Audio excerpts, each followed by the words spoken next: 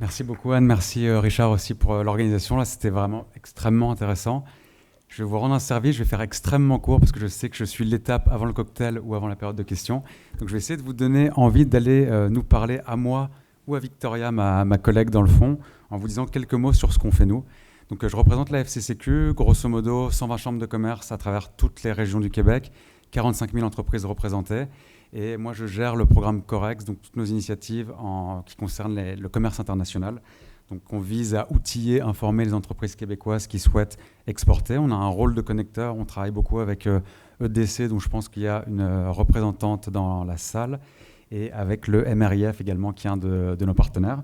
Donc, je vais terminer déjà en posant une question à tous nos intervenants. On voit que la région du PTPGP, l'Indo-Pacifique, et également de la NAS, il y a des opportunités exceptionnelles.